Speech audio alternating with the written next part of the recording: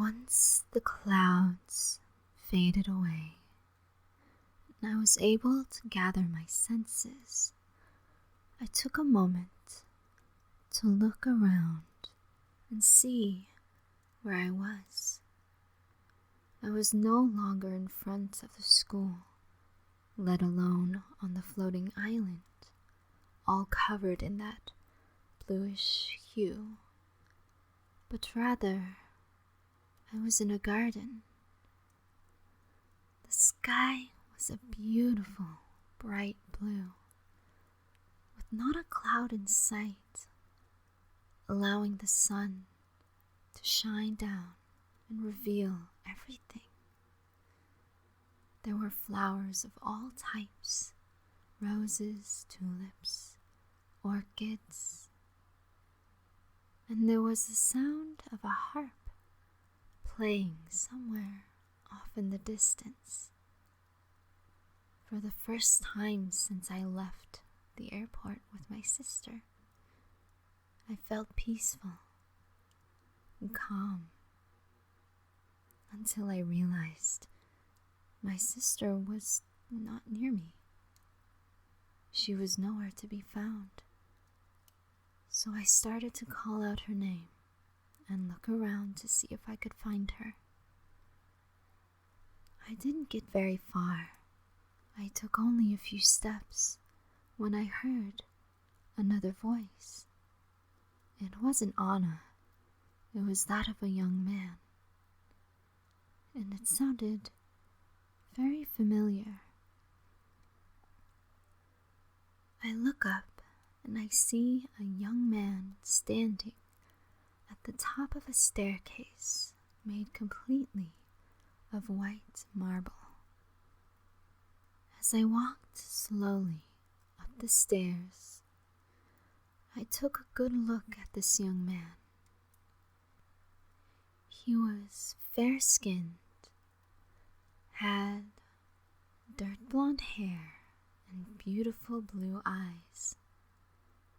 He was wearing a white suit with a black tie, very formal, but somehow very calming, almost casual in a way. He had a very kind smile, but I was still on edge after everything I had just experienced. "Who are you?" I asked, walking very slowly up towards him. He chuckled and said, "Do you not recognize my voice? You heard it over the PA system at the school." My eyes widened as I realized that the man standing before me was the one who helped both me and my sister in completing the levels in Marcus's challenge. "Who are you?" I asked. He chuckles once again and says, "I realize I've never truly, properly introduced myself to you, at least in person." He gives a deep bow, and looking me in the eyes, he says, "I have many names, to be honest, but to most of you, I am called Gabriel." My eyes widened in surprise. "Gabriel," I repeat. "You're serious? You can't be." He chuckles once again and nods. "I promise," he says. "I am who I say I am, and I was told to help you and your sister alongside my partner." "Who is your partner?" I ask, still a little suspicious of what was going on. "Well," he says with a smile, "very few know him, but he goes by Raphael, and he is also an archangel." I knew this as I have studied angels in the past, but I was still surprised to hear such a name. Okay, I said. So, where's my sister? Do you know where she is? He nods, but instead of telling me where she is, he asks to go on a walk with me. Just around the garden for a little while, he says. I promise this won't take long, and your sister is both safe and shall return to you soon. I'm a little cautious and concerned for the well-being of my sister, as anybody would. But I agreed, and we started to make our way down the path. As we walk down the path, Gabriel gives me a little more insight on who, or rather what, Marcus is. Apparently, Marcus is a type of demon that enjoys playing with his victims before taking them into his realm of hell, where he tortures them until they can no longer function as human beings. This game of his, this false game show, is his version of a ploy to bring in victims, unsuspecting victims, as all they feel they're experiencing is a very realistic game show. There's no prize, says Gabriel, as we make our way towards the sound of the harp. Those who lose do indeed truly get lost. They are no longer able to return to the world, but rather they get taken to his home in hell. And those who do win, unfortunately, do not get the prize that they wish, but rather they too are taken down and put to work as slaves. I am shocked and angry. Why us, I ask? Why choose me, and why choose Anna? That, my dear, he says after a pause, will all be explained in time, I promise. But for now, you must prepare yourself mentally, as we cannot keep you safe here for very long, or at the very least, not much longer. What do you mean, I ask? Is my sister in danger? Where is she? You are safe for now, you and your sister, I promise, he says. Let me give you a little explanation on where you currently are. You are in heaven, more specifically, your version of heaven. You see, heaven is not just one place. It is not just a garden, or a palace, or even a city, but rather each person who passes away and takes residence up here. Each person is given their own personal heaven, a place that makes them the happiest, where they feel most at peace, and there is no more worries, pain, suffering, or sadness. The people you love are here as well. They too are able to visit you in your heaven, just as you can visit theirs. But this world, this heaven, is yours. I'm a little confused, but after a moment I feel like I understand enough of what he's trying to explain. So my heaven is a garden, I clarify, and he nods.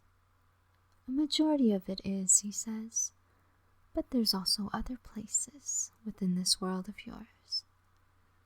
However, now is not the time to show you all of this place.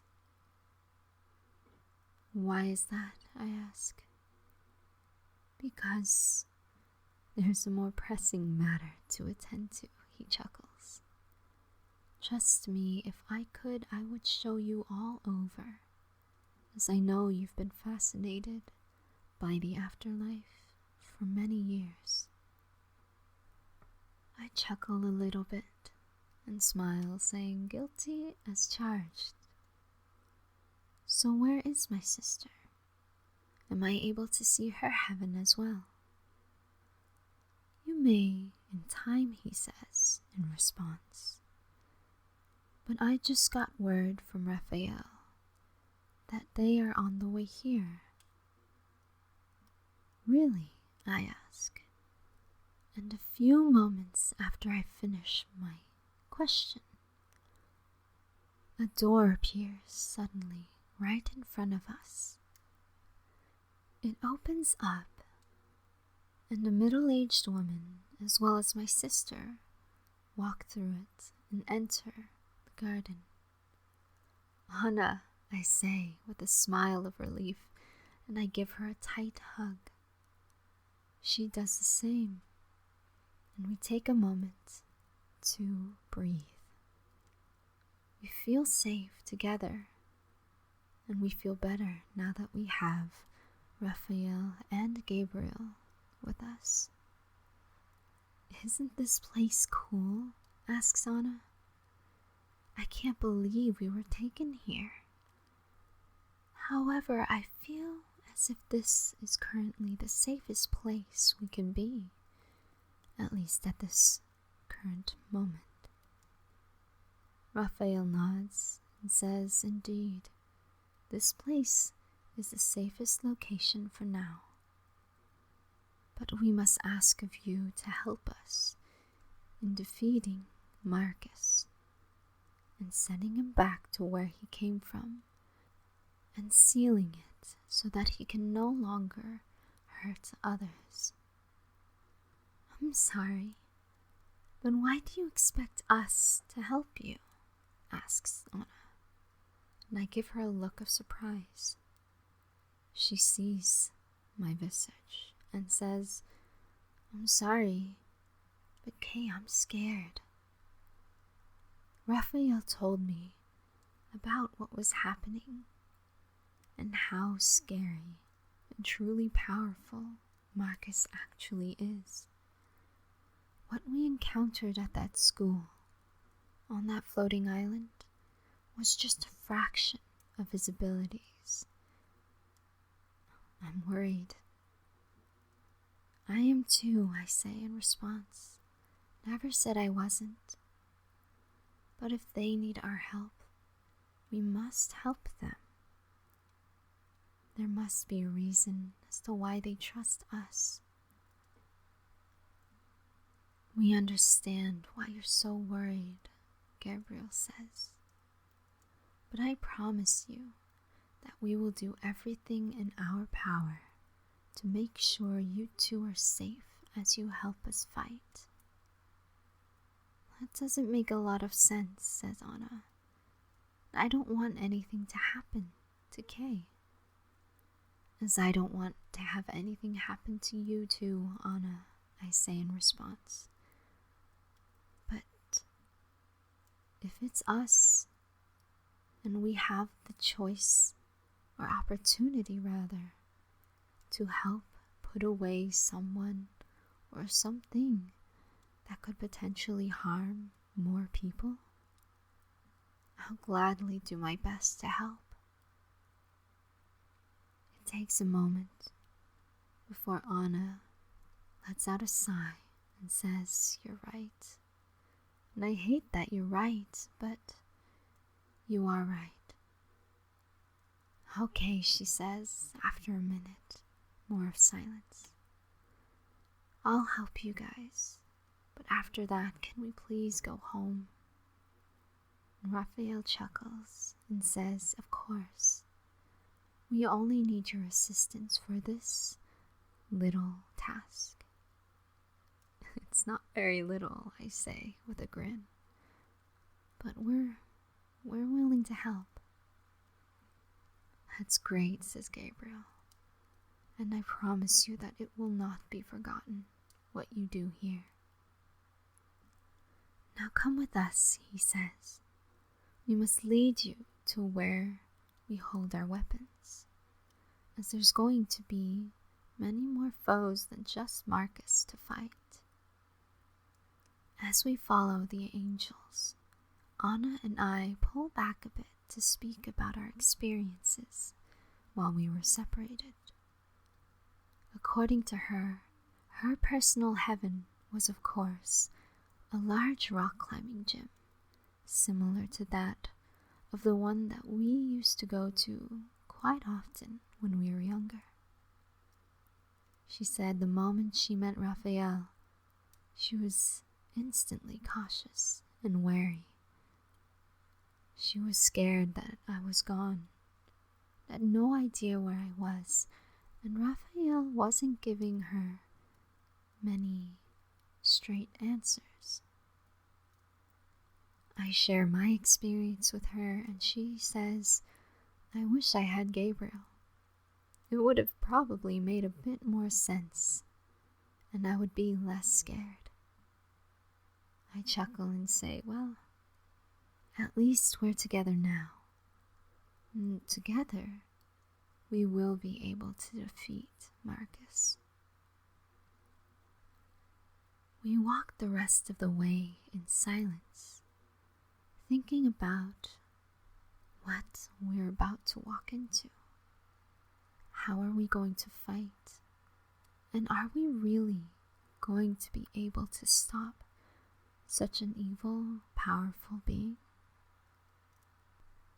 Raphael and Gabriel certainly think so. And so I decide to myself that we should trust them in what they say and that they know what they're talking about. They are angels after all. Once we make it to the armory, we are given swords and shields, lined with gold, but surprisingly lightweight. They were so beautiful and bright, shining with silver, gold. It almost felt like holding paper in our hands. But as soon as Raphael demonstrated the true power of these weapons, we realized that they are sharp and very deadly. Are you two ready? Asked Gabriel. I hate to ask this of you, I truly do. But I feel that we have a better chance if we have you as help. Of course, I say. We've already decided to help you. We are not going to back down. Right, Anna? Right, she says, with a sigh. And Raphael smiles. You have no idea how grateful we are, he says. Gabriel and I will do most of the work, and all we need is for you two to make sure that any henchmen or minions that Marcus calls, they do not distract us. That will be easy enough, as it shouldn't take long for Gabriel and myself to make sure that he returns to hell. I give a nod, and Anna does the same. The two angels extend their arms to us and say, hold on to my arm, as we are going to take you to where the battle will commence. We do so carefully, and in a moment, in a flash of light, we are no longer standing in the garden, but on top of what looks like a volcano. The ground is dark and it's really hot. It smells like sulfur and it's very uncomfortable. Raphael sighs and looks worried. He knows we're coming, he says. He's ready for a fight. So are we, says Gabriel with a smile. And besides, we have Kay and Anna. They are stronger than they think they are. And turning to us, he says, I believe that you two are going to be able to protect us as we fight the demon. We are as ready as we'll ever be, I say. And Anna nods as we both hold up our swords. The two angels smile, and Raphael chuckles, saying, I have faith in you too, and I'm glad that you are on our side. We can win this, but we have to work together. So let's do this, says Gabriel. Before any more words could be exchanged between the four of us, Marcus appeared, suddenly standing at the mouth of the volcano. He no longer looked like the handsome young man that we were greeted by at the floating island, but rather he was showing his true form to us. Tall, red-skinned, very strong. This demon had bright yellow eyes, similar to that of a cat's, horns on his head, and a very terrifying smile, and a laugh that would make anybody's blood run cold. Ah, so that is where you've been hiding, he says, after he realizes who stands beside us. You two did not play by the rules. I see that now. And as a result, you two, Anna and Kay, have immediately been disqualified from the game. Your game is nothing but a joke, I said. You only wanted to play with us until you were tired of our strategies and us beating your levels. And only then would you say we would win or lose, and you would take us all the way back to your torturous home. I see that the angels have told you about me, he says, but I am afraid it is already too late. The moment you stepped onto that plane is the moment you have been marked. You are going to come home with me, and I will make sure that you can never escape. That's not going to happen, says Gabriel as he steps in front of us. You are going to go back, and you are never going to be able to return. We will make sure of that.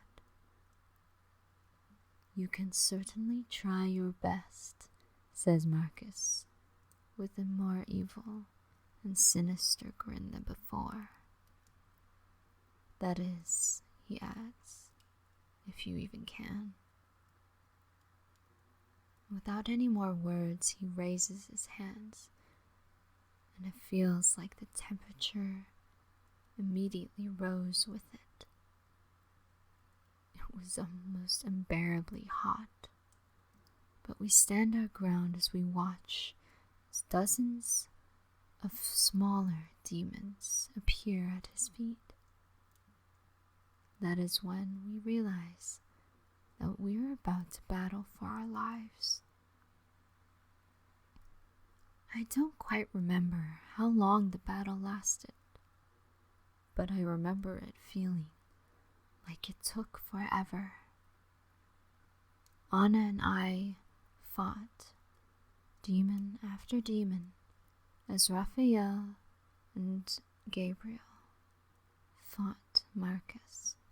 However, in the very end, despite getting many cuts and bruises, Anna and I were able to defeat all of the demon henchmen. As Raphael and Gabriel were able to finally push Marcus back into the mouth of the volcano and seal it shut for good. This apparently was the gateway that he used to leave his home, to leave hell, and be able to wander around Earth and all other planets and universes. Now that it has been sealed, he has been trapped, no longer able to wreak havoc on this world anymore. Anna and I breathe a sigh of relief as we both collapse exhausted onto the ground. As we try to gather our breaths, Raphael and Gabriel come to our aid. They place their hands on our heads, and Anna and I are able to watch as the wounds from our attackers are almost instantly healed. Neither of us speak, as we are both too in awe and exhausted from the recent events. It is only after we are fully healed and we're given a few moments of silence that I am able to finally speak with calmness and clarity. That was definitely something, I chuckle. But thank you so much for protecting us and healing us. It is we who should be thanking you, says Raphael, as we get up on our feet. You are the ones who protected us while we dealt with Marcus. I feel like we could fight all day about who should be thanking who, I chuckle, and Anna agrees. But if anything, I feel like I can speak for both of us when I say that we would very much like to go home now. Of course, says Gabriel after a moment of silence. However, it is not going to be just a snap of the fingers. There is something you should know, something you should see before you go home. They extend their arms to us once more, and we take them like last time. And just like last time, there is a bright flash of light when we are no longer on the volcano, but rather at the gate in front of my garden. We're back in my heaven, peaceful, calm, and quiet. In a few moments, says Gabriel, a door is going to be revealed to you, as well as a pathway, just like the ends of the levels of those games. This door is going to lead you back to your world, and back, more importantly, to your buddies. Our bodies? Anna asked, confused. Raphael nods, and with a snap of the fingers, he says, "Look down, if you will. We are standing currently on a cloud, and you will see why we tell you that you will return to your bodies." We carefully take a few steps forward, and looking down from our point of view, Anna and I gasp. we see ourselves lying in beds, hooked up to machines. We're in a hospital with Mom, Dad, and our other sister and brother sitting or pacing very nervously in the room. What in the world are we looking at? I ask, confused. And Gabriel sighs, looking at us. To make it plain and simple, says Gabriel after a moment of silence, on the way to Orlando, you and your family in the car collided with a drunk driver who was on the wrong side of the road. Everyone else escaped with minor cuts and bruises, but you and Anna, he looks at me, you and Anna were the two who went into a coma. You've been in a coma this whole time, and the reason you've been here is, in a sense, to fight for your life. It takes a moment for this truth to sink in. But Anna finally says, and does that mean we won? Raphael smiles and says yes.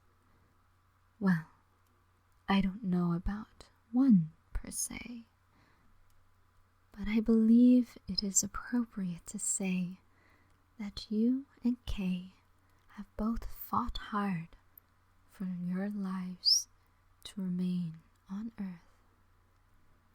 And so this doorway that you are about to go to and pass through will take you back to your bodies.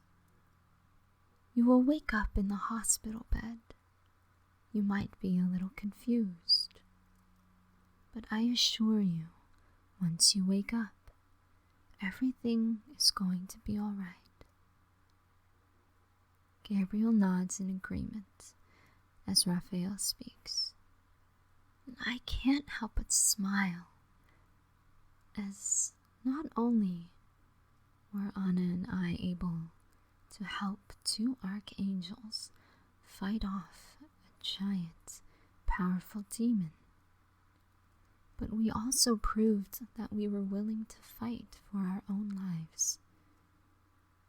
I smile at my sister, and I say, let's never take each day for granted, especially after this.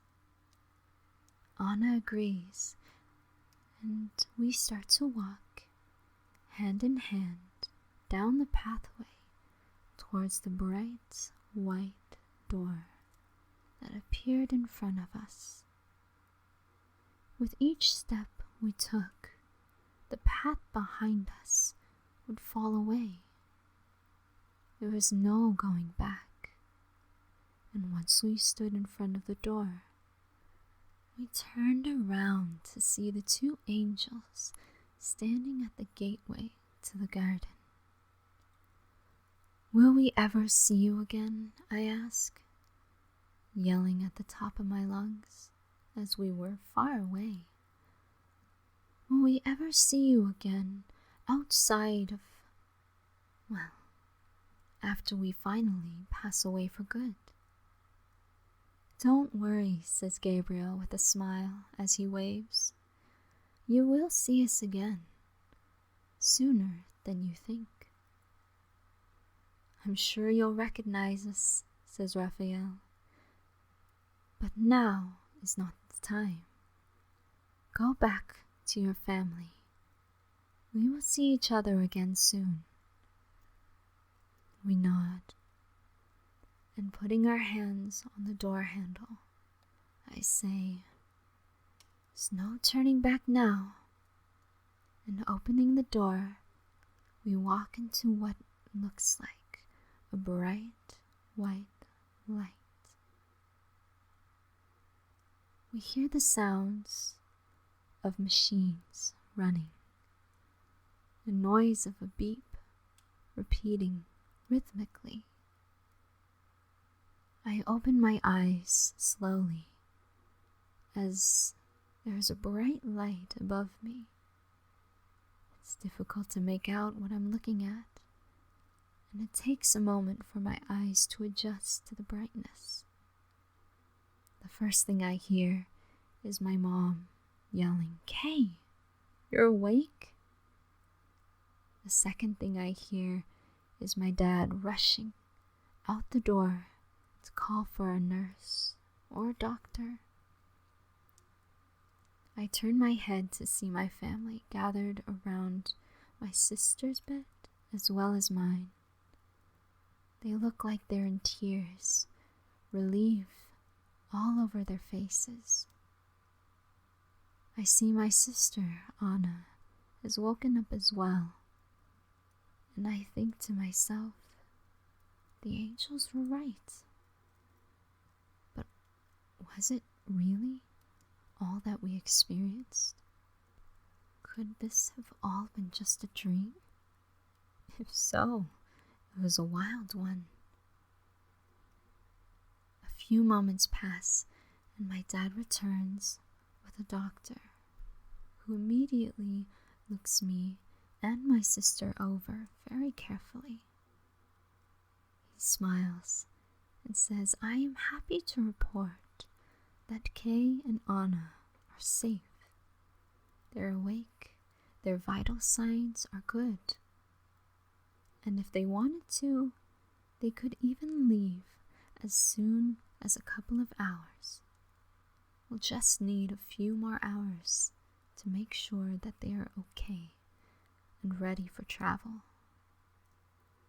My mom breaks down in tears once more and says thank you to the doctor. My brother immediately starts to relay what happened to us.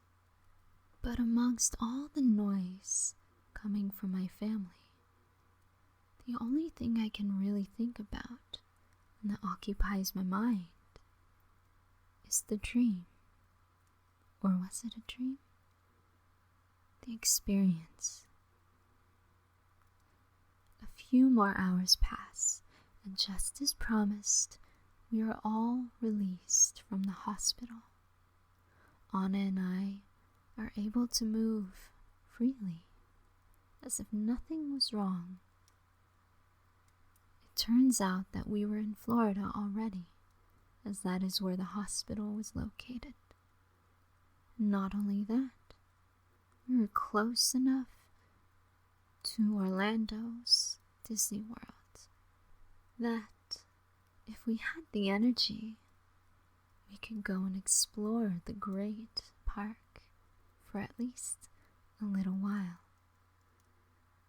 Of course, we had all week to do that, but Anna and I were very eager to at least get a little glimpse of one of the magical places on Earth. We head into the parks, and immediately my youngest sister notices that a play of Frozen, of all things, is about to start at a little theater. Of course, we decide to all go together to make her happy, and on the way there, I pull Anna aside and decide to ask her a couple of questions. I ask her if she remembers anything while she was in her coma. Anything at all. She relays to me that she remembers some things, but not everything. There was a game, she says, a demon, a floating city. It's something about angels. Why? My jaw drops, and I say, because while I was in my coma, I experienced the exact same thing. Really? She asks, eyes wide in shock. and I nod. Maybe what we experienced wasn't a dream. Maybe it wasn't, says Anna. Or maybe it was. But either way, we can definitely thank the angels for their help. We nod and smile to each other, and of course have to hurry to catch up to our family, as they notice that we have lagged behind.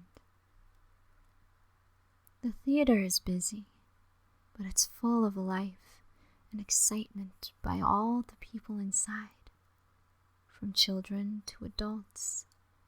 Anybody who enjoyed the theater and performance were ready and waiting for Frozen to start. We have to sit in various rows, the rest of the family a row below us, while Anna and I sat on the row above. We had beautiful views of the stage, and we were ready to just enjoy the rest of our week with our family, exploring the various parks and enjoying our time together. However, before the show starts, I'm tapped on the shoulder by somebody. A stranger, a young man, asks, "Is it okay if I sit next to you?" Of course, the seat was empty, and I said, "Of course, go right ahead." He thanks me, and I notice somebody does the exact same thing to my sister, Anna. She, of course, responds in the same way, and as they both sit down beside us, my mind lights up. Those voices were familiar, and looking to my left and right, my suspicions were confirmed. The young man sitting next to me was Gabriel. The woman next to my sister, Anna, was Raphael. My sister and I look at each other in shock. They did mention that they would be seeing us soon, and sooner than we thought. But this soon? We couldn't believe it. "Gabriel," I asked, "is that you?" The young man doesn't respond to my question, but simply smiles and looks at me and says, "Let's just enjoy this day, and after that, you and your sister can enjoy the rest of your lives, living your adventures and making wonderful memories together." Nothing more is said between us, and with a nod, I smile and turn my head back towards the stage, where the show and the rest of our lives are about to begin.